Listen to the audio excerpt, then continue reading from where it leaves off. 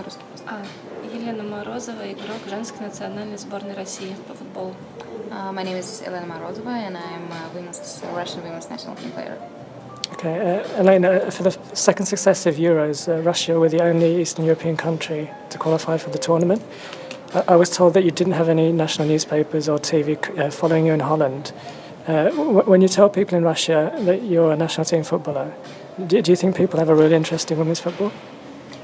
Россия была единственной восточноевропейской страной, которая участвовала в Евро, но я слышала, как мне рассказывали, что национальные СМИ в России не очень следили за вашими успехами во время Евро. Когда вы говорите людям, что вы игрок женской национальной сборной по футболу, какая у них реакция? Проявляют ли они какой-то интерес к этому? Кто-то знает, что есть женский футбол в России, кто-то вообще первый раз слышит, что есть женский футбол вообще в мире и у нас в стране. То есть у всех реакция разная. Actually, people react different. Some of them knows about women's football and watch it, but some of them hear about it for the first time and very surprised that women play football not only in Russia but in the world. And unusually, none of your squad are playing outside of Russia at the moment. Two of England's best players have left to play in another country this summer. Do you think in the future, if the Russian team needs to progress, that your players need to play in other leagues, or do you think the Federation should be concentrating on strengthening your own league? Очень много игроков разных команд играют за границей. Например, в Англии двое английских игроков недавно переехали тоже в другую страну этим летом. Как вы думаете, для российской команды, национальной сборной именно, что было бы лучше, играть дома или чтобы игроки тоже уезжали куда-то? Конечно, это даже не обсуждается. Чтобы играть за границей, это большой плюс, потому что у нас слабый чемпионат России.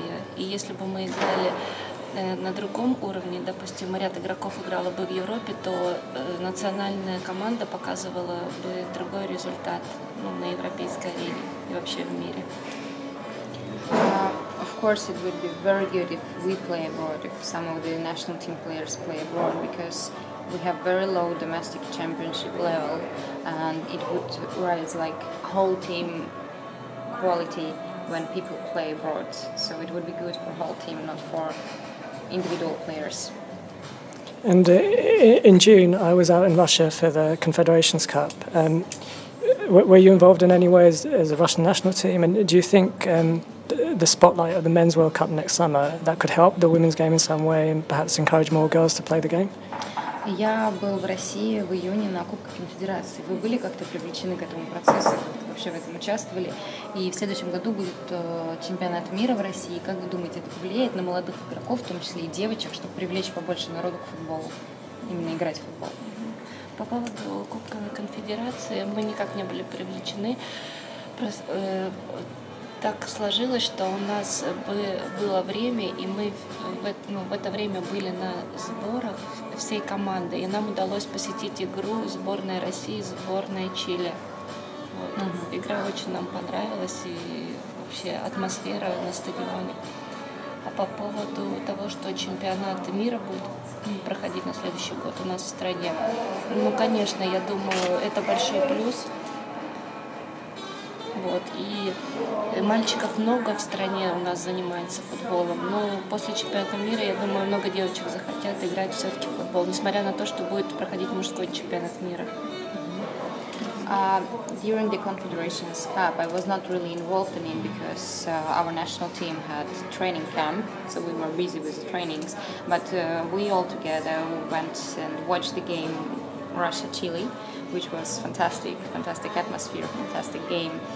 And for the World Cup, of course, it's a big advantage for young boys to involve them to the game, and I'm sure that girls as well would like to start to play football, at least to try.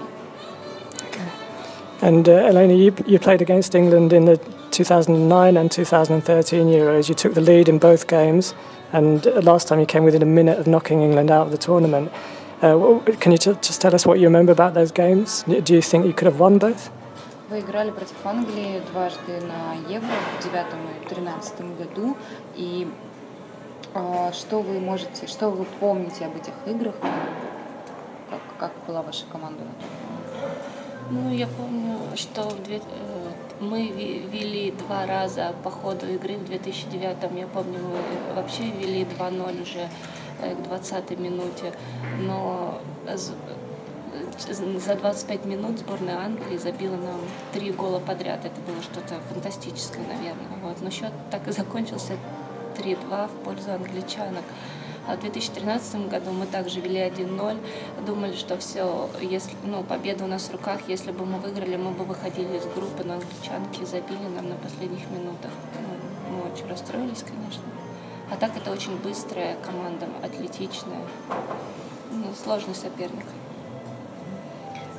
I remember these games very well, and I remember in 2009 we were winning the game actually, and we scored twice, but England scored 3 times in a row and didn't give us any chance. And 2013 was actually the same. We were winning from the very beginning, but at the very last minute they scored again and we lost our chances. And I remember them, and I know them as a very speedy and very strong team. Very serious opponent for us. And from that game 4 years ago, quite a few of the England team could play tomorrow in Tranmere. Bardsley, Houghton, Bassett, Scott, Williams, White, Duggan. So do you think England's style has changed in that time? Как вы думаете, вот смотря на то, что было несколько лет назад, вот завтра как будет играть английская команда, как вы думаете, они изменились за все это время? Я думаю, да, наверное, они прибавили, конечно. Думаю, сильные, мощные будут бежать вперед, будет борьба на каждом участке поля. Думаю, для нас будет трудная игра. I think they changed. They changed in a good way. They are stronger now, and I think they will try to lead the game and go forward. And for us, it will be complicated. And finally, tomorrow on paper you play against your toughest qualifier away from home against the group favourites, the number 3 ranked country in the world. Only one team can qualify automatically, so realistically, can that be Russia? Or do you see yourselves in a battle with Wales for the playoff spot? Завтра вы будете играть, наверное, с одним из самых сильных соперников в вашей подгруппе. Как вы оцениваете шансы России пройти дальше? Сможете ли вы пройти автоматически, как одна из команд, или вам придется сражаться с другими командами, чтобы завоевать свое место? Как вы оцениваете свои шансы? Сейчас мы, конечно, думаем только о завтрашней игре и будем играть хотим выиграть, будем играть на победу, и только после завтрашней игры уже можно как-то расценивать свои силы. For now, we are thinking only about tomorrow's game. So tomorrow we will try to win. We will do our best, and only after tomorrow's match, the first match, we will try to think about future steps. Okay. Thank you, Elena, and